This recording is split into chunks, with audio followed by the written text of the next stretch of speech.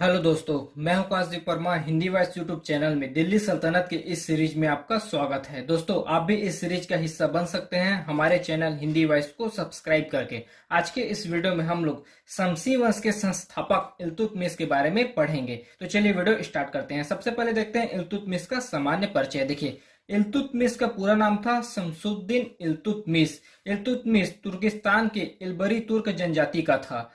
इल्तुतमिश को दिल्ली सल्तनत का वास्तविक संस्थापक माना जाता है। इल्तुतमिश को दिल्ली सल्तनत का वास्तविक संस्थापक माना जाता है। इल्तुतमिश कुतुबुद्दीन ऐबक के गुलाम थे, जिसे खरीदा गया था 1197 में सैनिक सेवा के लिए। बदायूं के गवर्नर से इसे खरीदा गया था। 1197 में इल्तुतमिश को खरीदा गया था सैनिक सेवा के लिए बदायूं के गवर्नर से। ठीक है।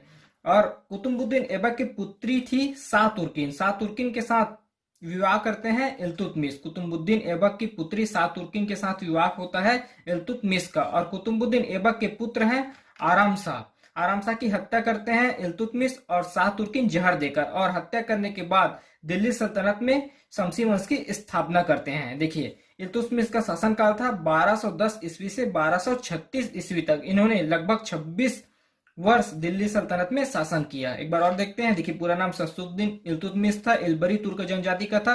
वास्तविक संस्थापक माना जाता है इल्तुतमिश को।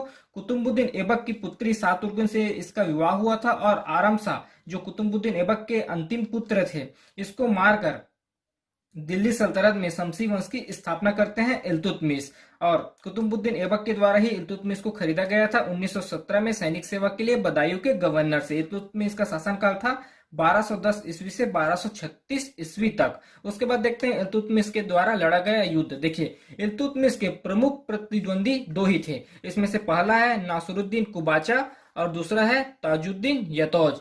ये नासिरुद्दीन कुबाचा मुल्तान का शासक था और ताजुद्दीन यदौज गजनी का शासक था। देखिए, 1217 में मंसूरा में इसको परास्त किया। नासिरुद्दीन कुबाचा को 1217 में मंसूरा में इसको परास्त किया। और ताजुद्दीन यदौज के साथ फेमस युद्ध हुआ था तराइन का तृतीय युद्ध। ताजुद्दीन यदौज और वर्सेस इल्तुतमिश दोनों के बीच युद्ध हुआ था, जिसमें इल्तुतमिश विजयी हुए थे। तराइन का तृतीय युद्ध हुआ था ताजुद्दीन यदौज और इल्तुतमिश के बीच। उसके बाद देखते हैं इल्तुतमिश के ऊपर 1221 ईस्वी में प्रथम मंगोल आक्रमण हुआ था और आक्रमणकर्ता थे चंगेज खां। अब देखते हैं नेक्स्ट पेज। सबसे पहले देखते हैं हम लोग इल्तुतमिश का गुलाम। देखिए, इल्तुतमिश के द्वारा चालीसा या चहलगानी का गठन किया गया था, जिसमें 40 योग्य गुलाम थे, जिसमें सरदार भी शामिल थे। और इन्हीं 40 योग्य गुलाम का आगे जाकर दमन करते हैं गयासुद्दीन बलबन। चहलगानी का गठन किया गया था, चालीसा या चहलगानी का, जिसमें 40 योग्य गुलाम थे, जिसमें सरदार भी शामिल थे। और इसी चालीसा का दमन करते हैं आगे जाकर गयासुद्दीन बलबन।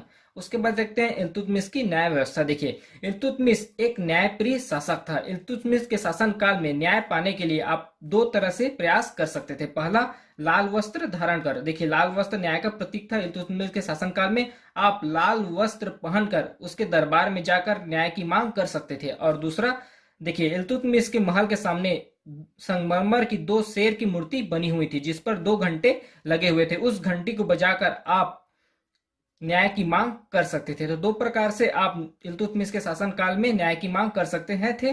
पहला, लाल वस्त्र धारण कर सब उनकी सभा में जाकर, और दूसरा, जो संगमरमर की मूर्ति थी शेरों की, उस पर जो लगी घंटी है उसको बजाकर। उसके बाद देखते हैं इल्तुतमिश का सिक्का। देखिए, इल्तुतमिश के द्वारा 2 सिक्का चलाया गया था। पहला चांदी का और दूसरा तांबा का। चांदी के सिक्कों को कहा गया चांदी का टक्का और तांबे के सिक्कों को कहा गया तांबे का जीतल।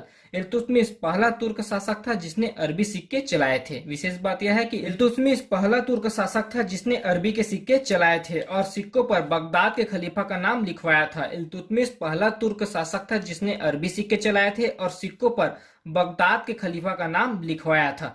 2 सिक्के चलाए थे, चांदी का टक्का और तांबे का जीतल। उसके बाद देखते हैं इल्तुतमिश का शासन प्रणाली। देखिए, इल्तुतमिश का शासन प्रणाली था उस समय इफ्तेदारी प्रथा या जमींदारी प्रथा और इस्लाम शासन प्रणाली और चालीसा के जरिए उन्होंने शासन किया था। उसके बाद देखते हैं इल्तुतमिश का निर्माण। देखिए, इल्तुतमिश के द्वारा निर्माण कराया गया था सुल्तानगढ़ी का मकबरा। यह दिल्ली में है। इसका निर्माण इल्तुतमिश ने 1229 ईस्वी में करवाया था। यह मकबरा इल्तुतमिश के पुत्र नासरुद्दीन महमूद का है। और विशेष बात यह है कि सुल्तानगढ़ी का मकबरा भारत का पहला मकबरा है। भारत का पहला मकबरा सुल्तानगढ़ी का मकबरा, जो कि इल्तुतमिश के द्वारा निर्माण करवाया गया था। उसके बाद देखते हैं मुइजुद्दीन चिश्ती की दरगाह। देखिए यह अजमेर में है और यह मकबरा सूफी संत मुइजुद्दीन चिश्ती का मकबरा है। उसके बाद देखते हैं मदरसा मुर्जी। देखिए यह दिल्ली में है और विशेष बात यह है कि इसका निर्माण मोहम्मद गौरी की स्मृति में करवाया गया था।